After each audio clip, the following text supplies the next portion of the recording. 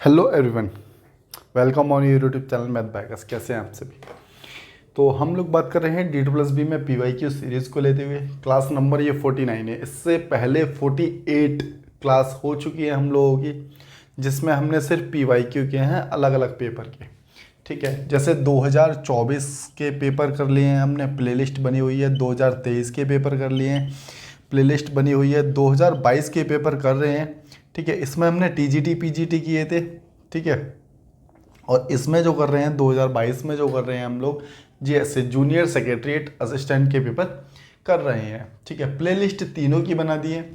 वार्डर और मैट्रॉन के पेपर भी कर चुके हैं हम लोग, जो 2019 में आए हुए थे। प्लेलिस्ट बनी हुई है।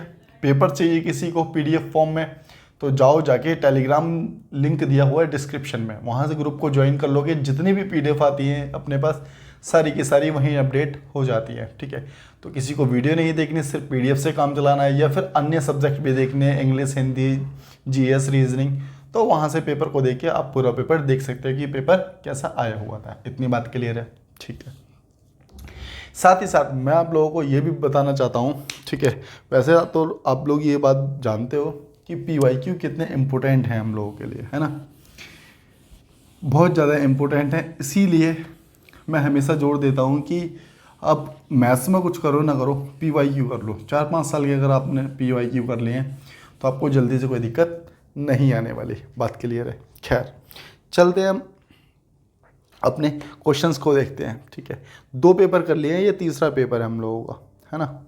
ये तीसरा पेपर है, 2 पेपर करा दिए, प्लेलिस्ट भी बनी हुई है, देख लेना आराम से आप लोग। खैर, आते हैं सीधे काम की बात। क्वेश्चन नंबर 1 की बात करते हैं। तो क्वेश्चन नंबर 1 में देखते हैं कि क्या दिया गया है। क्वेश्चन नंबर 1 में कहता है कि 1225 रुपये की राशि पर 1225 रुपये की राशि पर 2 वर्ष के लिए ब्याज जब ब्याज को एक निश्चित ब्याज दर पर वार्षिक रूप से चक्रवर्ती ब्याज किया जाता है तो 144 रुपये है। वार्षिक ब्याज की दर ज्ञात करनी है। इसमें रेट ऑफ इंटरेस्ट निकालना है। ठीक है, तो रेट ऑफ इंटरेस्ट आप लोग कैसे निकालेंगे, देखो। आप लोगों ने CI में एक फॉर्मूला पढ़ा होगा, 1+R% अपॉन में, परसेंट का अगर साइन हटाएंगे तो यहाँ 100 आ जाएगा, है ना। अब यहाँ अगर 2 वर्ष दे रखा है तो हम 2 कर देते हैं, ऐसे तो करते हैं। या फिर मैं एक और उदाहरण दूँ आप लोगों को, एग्जांपल देता हूँ। जैसे 1000 रुपये प्रिंसिपल है, ठीक है, और 10% पर 2 वर्ष का इसका CI निकालना है। तो आप लोग ये करते हो ना कि 10% अपॉन में 100, ठीक है, 0 से 0 काटी। अब ब्याज मिलेगा तो इंक्रीज़ होगा ना, तो कितना हो गया 11/10 और इंटू में 11/10। ठीक है, इस तरीके से करते थे। ऊपर जो कैलकुलेट करेंगे वो हमारे पास क्या आता था, अमाउंट आता था। इतनी बात क्लियर है आप लोगों को। नहीं है तो मैंने आपको बता दिया फिर भी। ठीक है, तो इसी तरीके से अगर हम यहाँ देखें, हमें जो दे रखा है क्वेश्चन में, ब्याज दे रखा है। देखो, आप अमाउंट समझते हो ना कि अमाउंट क्या होता है। अमाउंट क्या होता है, प्रिंसिपल प्लस इंटरेस्ट। अब इंटरेस्ट कोई सा भी हो, ठीक है ना, कोई सा भी हो इंटरेस्ट, सिंपल हो चाहे कंपाउंड हो, ठीक है, वो प्रिंसिपल के साथ मिलेगा तो क्या बनाएगा, वो अमाउंट ही बनाएगा। ठीक है, अपॉन में क्या, प्रिंसिपल। बात क्लियर है। ठीक है जी, अगर इतनी बात क्लियर है तो 144 हमें दिया गया है। क्या दिया है, P की वैल्यू क्वेश्चन में हमें दे रखी है कितनी, 1225। ठीक है, और अगर हम ब्याज की CI की बात करेंगे तो CI हमें दिया हुआ है 144। टाइम हमें दे रखा है 2 वर्ष, और रेट हमें फाइंड करना है कि रेट क्या होगा। बात क्लियर है। अगर इसमें इसको जोड़ देते हैं तो ये अमाउंट बन जाएगा, और अमाउंट हमारे पास कितना बनेगा, 12, 4, 5, 9 तो ये बना हमारे पास, और 6 है ना, 13। ठीक है, तो हमने इन दोनों को जोड़ लिया, इन दोनों को जोड़ लिया, ये बन गया हमारे पास क्या, अमाउंट बन गया। बात क्लियर है, अमाउंट। और नीचे वाली वैल्यू हमारे पास क्या है, ये P है। ठीक है, तो इसको रख दिया हमने P, प्रिंसिपल रख दिया। बात क्लियर है। अब देखो, जैसे ये अगर ये इसके बराबर है, मैंने अभी भी बताया ना, ये इसके ही बराबर है, स्क्वायर हटेगा तो अंडर रूट चढ़ जाएगा। इतनी बात क्लियर है। ठीक है जी, अब ये किसका हैगा, तो ये है 37 का स्क्वायर, और ये हैगा हमारे पास 35 का स्क्वायर। किसका, 35 का स्क्वायर। देखो यहाँ 1 प्लस किया है, तो यहाँ देखो, जैसे ये अमाउंट है, ठीक है, और ये क्या है, प्रिंसिपल है। अमाउंट में से प्रिंसिपल घटाएंगे तो हमारे पास ब्याज मिलेगा ना। बात सही है। तो ब्याज कितना, 2 रुपये। तो अब यहाँ से हम कह सकते हैं कि जो इंटरेस्ट के रूप में मिल रहा है हमें, कितना मिल रहा है, 2 रुपये मिल रहे हैं। किस पर, 35 रुपये पर, इंटू में 100। तो 5 सत्ते 35, 5 दूनी 10, तो यहाँ से ही आ गया हमारे पास कितना 40/7, 40/7, 40/7% ये आपका आंसर होगा। इसको हम ऐसे भी कर सकते हैं 7 पंजे 35, 5 सही 5/7% भी लिख सकते हैं। अगर आप लोगों के दिमाग में ये क्वेश्चन आ रहा है, अगर नहीं आ रहा तो आना चाहिए कि ब्याज तो हमारे पास 144 रुपये भी था, हमने डायरेक्ट क्यों नहीं रख दिया। डायरेक्ट इसलिए नहीं रखा हमने क्योंकि 144 2 वर्ष का CI था, ठीक है, हमें 1 वर्ष का ब्याज निकालना था पहले, ठीक है ना, तो इसलिए हमने क्या किया 1 वर्ष का निकाला, उसी पर हमने इंटरेस्ट को देखा है। बात क्लियर है इतनी? तो इस तरीके से कर सकते हो। करने में हो सकता है समझाने में आपको टाइम लगेगा इस चीज़ को, ठीक है, खुद से करोगे तो बहुत जल्दी कर पाओगे इस क्वेश्चन को। सीधा अमाउंट में जोड़ना था, ये चीज़ें फिर समझानी नहीं होती, यहीं से कैलकुलेट करके और यहीं से आंसर आ जाता आप लोगों का। खैर बात समझ आ गई होगी, है ना। चलते हैं नेक्स्ट क्वेश्चन की ओर। और नेक्स्ट क्वेश्चन में क्या दिया, देखो आसान सा क्वेश्चन है नेक्स्ट क्वेश्चन, ठीक है, क्वेश्चन नंबर 2। इसमें क्या पूछा गया है, इसमें SCF पूछा है। देखो कभी भी ऐसे फ्रैक्शन में वैल्यू आती है ना और आपसे SCF बोला गया है, तो ऊपर वाली संख्या का SCF निकालेंगे, ऊपर वाली संख्या का हम क्या निकालेंगे SCF निकालेंगे, और बची हुई संख्या जो भी दे रखी है नीचे वाली का LCM निकालेंगे, LCM। और यदि LCM पूछा होता तो ये ऊपर वाली का LCM निकलता, नीचे वाली का SCF निकल जाता, ठीक है। तो SCF अगर देखेंगे तो इसका 2 होने वाला है, और LCM इस संख्या का अगर देखेंगे नीचे वाली संख्या का 3, 9, 27, 81 का सीधा सीधा दिख रहा है कि हमें LCM क्या होगा 81 ही होगा। तो बस यही आप लोगों का आंसर हो जाएगा। इतनी बात क्लियर हो गई होगी आप लोगों को, है ना। चलते हैं नेक्स्ट क्वेश्चन की ओर और देखते हैं कि नेक्स्ट क्वेश्चन में हम लोगों को क्या दिया गया है ना। अब बात करेंगे क्वेश्चन नंबर 3 की, ठीक है। तो नेक्स्ट क्वेश्चन में क्या दिया गया है आप लोगों को, क्वेश्चन नंबर 3 कह रहा है A B का औसत दे रखा है, A प्लस B का औसत, ठीक है। क्वेश्चन नंबर 3 A और B का औसत, तो A प्लस B। अब औसत दे रखा है तो डिवाइड बाय 2 होगा, और ये कितने वैल्यू दे रखी है इसकी 5150, ठीक है। तो मल्टीप्लाई 2 कर देंगे, यहाँ से 2 हट चुका है, ये यहाँ से आ गया। बात क्लियर है। इसी प्रकार से B और C, BC के नीचे 2 हैगा, ठीक है, तो यहाँ पर भी 2 की मल्टीप्लाई कर देंगे, और ये दे रखा है 61 50 मल्टीप्लाई 2, ठीक है। BC और C और CA की वैल्यू जो दे रखी है आपको कितनी दे रखी हैगी, AC की वैल्यू 4200 दे रखी है, ठीक है, 4200 मल्टीप्लाई 2, तो ये हो गया कितना 5 दूनी 10 और 51 दूनी 102, और ये हो गया हमारे पास 103। बात क्लियर है।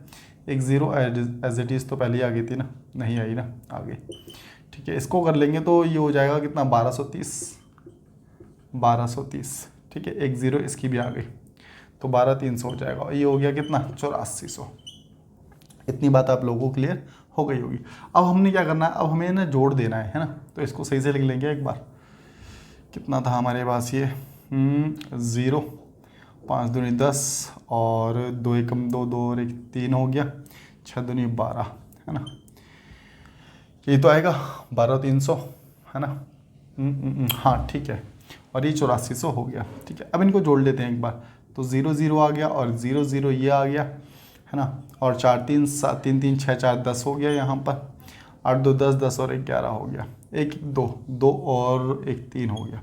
इतनी बात क्लियर है। अब एक चीज़ आप लोग देखेंगे A plus B plus B plus C plus C plus A की वैल्यू दिस दे रखी है।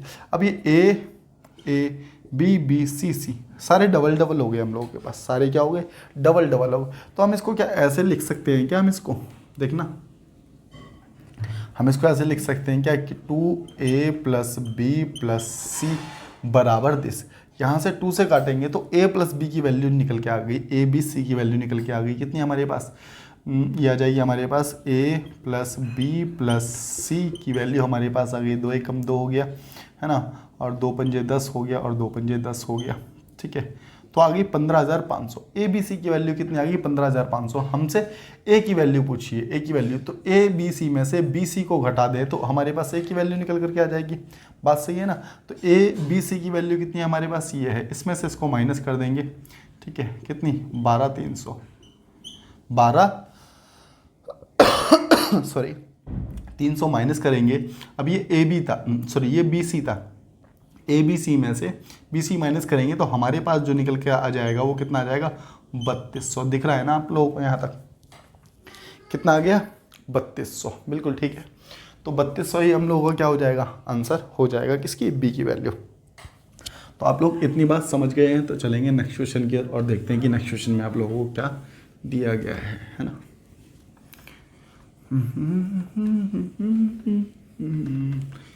जानी पड़ेगी, चलिए ठीक है। और कोई भी क्वेरी होती है तो भाई कमेंट वगैरह कर दो, ठीक है। वीडियो को शेयर वगैरह कर दो, सब्सक्राइब भी करो, लाइक भी करो, जो जो कर सकते हो सब कुछ कर लो। आ जाओ, खैर चलेंगे क्वेश्चन नंबर 4 की ओर और देखते हैं कि 4 में क्या दिया गया है। कह रहा है एक दुकानदार के पास बेचने के लिए दो समान वस्तुएं हैं, ठीक है। दो समान वस्तुएं, एक पर 26% का लाभ अंकित करता है, ठीक है, और एक पर 20%, अच्छा 26% लाभ अंकित करता है, 20% की छूट देता है। दूसरी वस्तु पर 18% लाभ अंकित करता है और 20% की छूट देता है, ठीक है। इस लेन देन में उसका लाभ और हानि परसेंटेज पूछा गया है। बात क्लियर है। तो देखो इसको कैसे कर सकते हैं भाई, उसने सीपी नहीं दिया, हमने सीपी मान लिया 100 रुपये, तो पहले उसने टैग लगा दिया उस पर भाई, प्रिंट प्राइस लगा दी कि 126 रुपये की आएगी, उसने प्रिंट प्राइस ला के बैठ गया। लेकिन जैसे ही ग्राहक आया तो उसने कहा कि एक काम करो 20% के डिस्काउंट पर ले जाओ, मतलब कि 126 की वस्तु 20% का डिस्काउंट मतलब कि 80 पर बेचने लगा। बात क्लियर है। अपॉन में 100, ठीक है, 0 से 0 काट दो और ये हो जाएगा 8 6 48 की 8 और 12 8 96, 96 और 4 कितना होता है 100, ठीक है। और यहाँ से आ गया ये, तो 100.8 आ गया। बात क्लियर है। दूसरी वस्तु को भी इसने 100 रुपये ही माना है हमने, ठीक है। और इसने क्या किया, इस यहाँ पर, ठीक है, 18% के लाभ पर, 18% के लाभ के साथ अंकित करता है। तो इसका मतलब यहाँ पर इसने लगा दिया जी 118 रुपये की बेचेंगे। और जैसे ही ग्राहक आया इसने इस पर भी कितने की छूट दे दी, 20% की, तो 80 पर इसको भी सेल कर दिया। तो यहाँ से निकल करके आ गया कितना, 8 64 का 4, 11 88, 88 और 6 कितना हो गया, 88 और आपका 6 हो जाएगा 94, 94.4। बात क्लियर है। अब देखो ये इसका सेलिंग प्राइस हो गया, ये दोनों इसके सेलिंग प्राइस हो गए। इन दोनों को जोड़ लेते हैं तो ये आ जाएगा हमारे पास 8 4 12, ठीक है, और 4 4 और 1 5 हो गया, 19 का 19 आ गया, है ना। तो यहाँ दशमलव लग जाएगा। अब एक चीज़ देखो, वस्तु दोनों मिलाकर कितने की थी, 200 रुपये की हो रही थी, और सेल कितने की हो रही है, 195.2 रुपये की, है ना, या 2 पैसे की, ठीक है। अब इसमें से इसको माइनस करेंगे तो हमारे पास माइनस करने के बाद जो आएगा वो आएगा 4.8, ठीक है। अब इतने का इसे लॉस हो रहा है कि 200 की वस्तु थी, इतने पर बिक रही, 200 का लॉस हो, किस पर लॉस होगा, सीपी पर ही लॉस होता है या प्रॉफिट होता है। तो 20 से 20 कैलकुलेट करेंगे तो 2.4% का इसे लॉस हो रहा है। क्या हो रहा है, लॉस हो रहा है। तो इतनी बात समझ आई तो बोलो हाँ, और नहीं आई तो भी बोलो हाँ, ठीक है। वीडियो को आगे पीछे करके देखो, समझ आ जाएगा। खैर, तो ये था हम लोगों के पास कौन सा, क्वेश्चन नंबर 4। और चलेंगे अब क्वेश्चन नंबर 5 की ओर और देखते हैं कि क्वेश्चन नंबर 5 में हम लोगों को उसने क्या दिया हुआ है, ठीक है।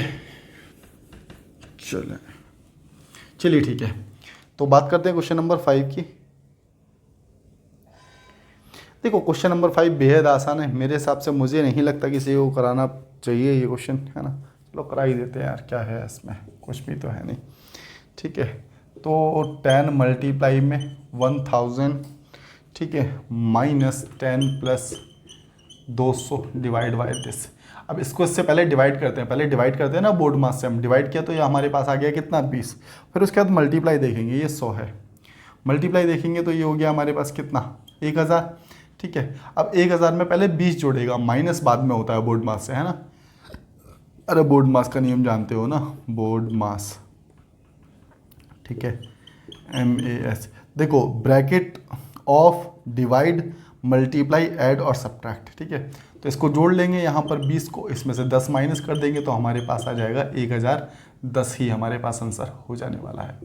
तो यही हमारा आंसर हो जाएगा कितना, 1010। तो ये था आसान सा, बेहद आसान था, आसान भी नहीं कहेंगे ऐसे तो बहुत आसान कहेंगे। अब ऐसे ऐसे पेपर में आ जाते हैं क्वेश्चंस, ठीक है, जो फ्री के नंबर दे के चले जाते हैं तुम्हें। एक नेक्स्ट क्वेश्चन देखते हैं कि क्या दिया गया है ना। कह रहा है कि त्योहारों की बिक्री के दौरान एक एयर कंडीशनर को 21% की छूट पर इतने में बेचा जाता है, तो इसका अंकित मूल्य पूछा है। इसमें कुछ भी नहीं करना, आपको क्या करना था, अंकित मूल्य दे रखा है और कितना सेलिंग प्राइस दे रखा है। अब देखो पीपी जो भी रहा होगा, प्रिंट प्राइस जो भी रहा होगा, डिस्काउंट कितने का दिया इसने, डिस्काउंट कितने का दिया, 21%। 21 मतलब कि 100 में से माइनस करेंगे तो 89% हो गया, ये सेलिंग प्राइस हो गया, ये सेलिंग प्राइस इसके बराबर है, तो अपॉन में निकाल देंगे कितना, डिवाइड करके। बस यहाँ से पी की वैल्यू निकल के आ जाएगी कि पी की वैल्यू क्या थी। अब कुछ भी नहीं करना, इसको डिवाइड कर देना है 89 से। तो ये जाएगा, पहले 2 बार गया है ना, 2 बार गया, फिर 5 बार जाएगा, और ये हो जाएगा इंटू में 2500 और करेंगे भाई इनिशियली हम, है ना। मैं दिखा देता हूँ, कैलकुलेट करेंगे तो आपका आ जाएगा कितना, 25,000। कैलकुलेट करने के बाद आ जाएगा प्रिंट प्राइस कितना आ जाएगा, 25,000 आ जाएगा आप लोगों का। बात क्लियर है। तो ये था क्वेश्चन नंबर 6, ये भी बेहद आसान था, तुम खुद ही देख लोगे कैसे कैसे पेपर में आ रखे हैं। और इसी प्रकार से 2023 के करने लग जाओ भाई साहब, बहुत बढ़िया पेपर बने थे 2023 में, टीजीटी पीजीटी के काफ़ी अच्छे पेपर बने थे, मैथ सेक्शन, है ना। क्वेश्चन नंबर 7 की बात करेंगे अब हम लोग, 7 की। क्वेश्चन नंबर 7 में क्या दिया गया है, कह रहा 8 सेंटीमीटर त्रिज्या वाले एक ठोस अर्ध गोले के अधिकतम आयतन को एक गोला काटा जाता है, तो कटे हुए गोले का आयतन पूछा गया है। ठीक है, अच्छा क्वेश्चन है ये तो। खैर देखो, मैं पहले एक गोला ही बना देता हूँ। ये गोला आ गया, सॉलिड है, ठीक है। सपोज करो ये अर्ध गोला है, ये यहाँ से यहाँ तक काट दिया हमने, तो ये यहाँ से यहाँ तक जो कट गया, तो यहाँ से यहाँ तक की वैल्यू तो इसकी अर्धगोला आ गया। बात सही है। अब अर्धगोले में ना कह रहा है मैक्सिमम बड़े से बड़ा एक गोला बनाना है। तो एक चीज़ देखना, हम लोग एक गोला जो बना सकते हैं कुछ इस प्रकार से ही तो बना सकते हैं, कुछ इस प्रकार से टेढ़ा मेढ़ा बन गया होगा, खैर मैनेज कर लेना। अगर मैं इस पूरे गोले की बात करूँ, तो देखो जैसे यहाँ से यहाँ तक की दूरी r है, तो यहाँ से यहाँ तक की दूरी d होगी, यहाँ से यहाँ तक की दूरी, बात समझ रहे हो। तो यहाँ से मतलब इसका जो d है, बात क्लियर है, इसका जो d है, या फिर हम कहें इसका जो r है, छोटे वाले सर्कल के लिए वो d है। और यहाँ पर जो r की वैल्यू दे रखी है आप लोगों को, ये दे रखी थी 8, यहाँ से यहाँ तक की वैल्यू कितनी है, 8 है। बड़े वाले सर्कल मतलब कि हम किसके बिहाव पर देख रहे हैं, अर्धगोले के बिहाव पर यहाँ से यहाँ तक की दूरी 8 आ रही है, तो इसका मतलब इसकी वैल्यू जो हो जाएगी वो 4 हो जाएगी। समझ पाए क्या मेरी बात को। अरे यहाँ से यहाँ तक की दूरी 8, यहाँ से यहाँ तक की दूरी तो 16 थी, ये 8 दे रखी है, क्वेश्चन में दे रखी है। जब ये 8 है तो ये भी 8 होगी, क्योंकि केंद्र से होकर कोई भी रेखा गुजरती है तो डायमीटर ही होती है। ठीक है, एक सर्कल के केंद्र से होकर कोई भी रेखा गुजरेगी वो डायमीटर ही कहलाएगी। ठीक है, यहाँ से यहाँ तक की दूरी हमने 4 निकाल दी, तो छोटे वाले सर्कल को रेडियस जो आ गई हमारे पास 4 आ गई, बस इसका वॉल्यूम निकालना था। तो वॉल्यूम का फॉर्मूला क्या होता है, 4/3 पाई आर क्यूब। बात सही है। तो 4/3 पाई की वैल्यू हमारे पास जो आ रही है 22/7, और आर की वैल्यू जो आई है हमारे पास कितनी आई है भाई साहब, आर की वैल्यू आई 4, 4 × 4 बात सही है।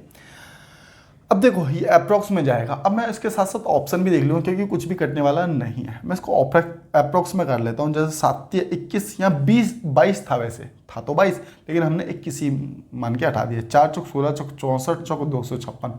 तो क्या देखो इसके नज़दीक कुछ है क्या, 256 के नज़दीक, तो 256 के सबसे ज़्यादा नज़दीक 268 बैठ रहा है। भाई यहीं पर लगाओ और आगे बढ़ जाओ। ठीक है, अगर पेपर को जल्दी करना है तो। और फिर भी अगर तुम्हें तसल्ली से करना है चीज़ों को तो डिवाइड करके देख लोगे तो भी एग्जैक्ट आंसर आ जाएगा। बाद बाकी अप्रोक्स से काम चला सकते हैं, और जिससे कि कम से कम नहीं तो 30 सेकंड तो बच ही जाएंगे हमारे यहाँ पर पेपर में। ठीक है, अन्य क्वेश्चनों में तो ठीक है पेपर ऐसे ही किया जाता है, ऐसे नहीं लग गए और कैलकुलेशन चेक करने लगे वहाँ अपनी। ठीक है, चलते हैं क्वेश्चन नंबर 8 की और देखते हैं 8 को। In an election, 5% of total voter did not vote.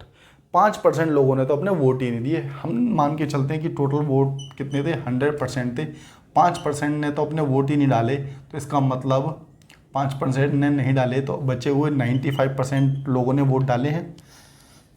बात क्लियर है इतनी? 95% ने वोट डाले हैं। आगे क्या कहता है, the winning candidate got 65% of the total vote. अब देखो इसमें से भी जो जीतने वाला है उसने 65% ले लिए, तो दूसरे बचे हुए ने कितने परसेंट लिए होंगे भाई? टोटल 95 लेके आना है, तो इसका मतलब 30% दूसरे को मिले होंगे। बात क्लियर है ना? दोनों को जोड़ेंगे तो 95। अब देखो ये इससे कितने वोटों से जीता है, तो 3500 से जीता है जैसे क्वेश्चन में दिया गया है। यहाँ 35% से जीता है, तो इसका मतलब 35% की वैल्यू कितनी आ गई हमारे पास? 3500 आ गई। बात क्लियर है? तो 3500 बटे 35 इंटू में 100, तो यहाँ से 100% की वैल्यू निकल जाएगी। उसने पूछा कि कितने वोट थे, नहीं डाले वो बात अलग है, लेकिन हमें तो वो निकालना है कि कितने वोट थे। तो वोट तो 100% थे, तो 100% की वैल्यू निकाल दी हमने। तो यहाँ से आ जाने वाली है कितनी? 10,000 हमारे पास वैल्यू आ जाएगी, मतलब आंसर आ जाएगा। तो बात समझ आई है तो बोलो हाँ, ठीक है, और नहीं समझ आई तो भी बोलेंगे हम हाँ, ठीक है। वीडियो को आगे पीछे करेंगे और समझने की पूरी कोशिश करेंगे, ठीक है। तो ये था हमारे पास क्वेश्चन नंबर 8, और चलेंगे हम क्वेश्चन नंबर 9 की ओर। जैसे क्वेश्चन आता है खुद से करने की कोशिश करेंगे हर क्वेश्चन को। एक ठोस दायित्व लंबवृत्तीय शंकु है जिसमें से जिनमें प्रत्येक की त्रिज्या दे रखी है 3 सेंटीमीटर ऊंचाई, इन्हें पिघलाकर 6 सेंटीमीटर गोला का एक ठोस गोला है, तो शंकु की संख्या पूछेगी। कोई दिक्कत नहीं है इसमें, तो आसान सा क्वेश्चन है कि पहले इनका वॉल्यूम बराबर इनका वॉल्यूम रख देते हैं, ठीक है। तो इसका वॉल्यूम क्या हो जाएगा? 4/3 गोले हैं ना, πr³ बराबर होगा किसके? 6 सेंटीमीटर। अच्छा पहला शंकु है, सॉरी भाई, पहले शंकु है, ठीक है। शंकु है तो 1/3 लिखेंगे, 1/3 πr³ लिखेंगे, और दूसरा हो जाएगा 4/3 πr³। ये गोले का हो गया, ये शंकु का हो गया, ठीक है। पाई से तो पाई यहीं काट दो, 3 से 3 भी यहीं काट दो। अब आर की वैल्यू देख लो कि शंकु में आर की वैल्यू πr² होता है भाई साहब, ठीक है। आर की वैल्यू आपको कितनी दे रखी थी? तो 3 दे रखी है, 3 × एच की वैल्यू हमें 4 दे रखी है, और यहाँ पर आर की वैल्यू जो दे रखी है वो दे रखी है 6, ठीक है, 6। अब यहाँ से पता चल जाएगा कि ऐसे कितने शंकु इसमें बन जाएंगे। बात क्लियर है? ये गोले बन जाएंगे, जो भी पूछा था वो बन जाएंगे। तो 3 दूनी 6, 3 दूनी 6, ठीक है, 2 दूनी 4 और 6 चौक 24, तो 24 बनेंगे क्या?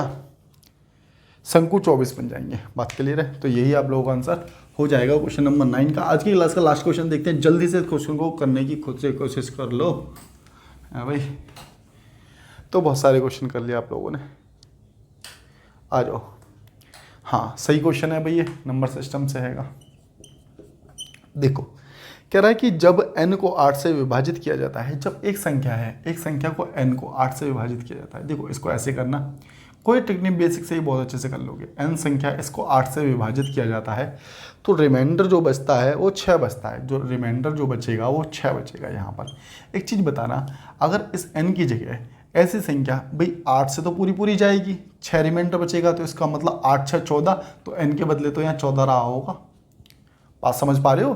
क्योंकि इसमें 8 में 6 जोड़ देंगे जब भी तो रिमाइंडर बचेगा। अब देखो 6 रिमाइंडर बचेगा, तो हमने कुछ नहीं किया, 8 में 6 जोड़ दिया तो संख्या निकल के आ गई। वो संख्या कितनी थी? 14 थी। तो n की वैल्यू हमने 14 निकाल ली है, n की वैल्यू। तो अब क्वेश्चन में क्या पूछा है? 2n।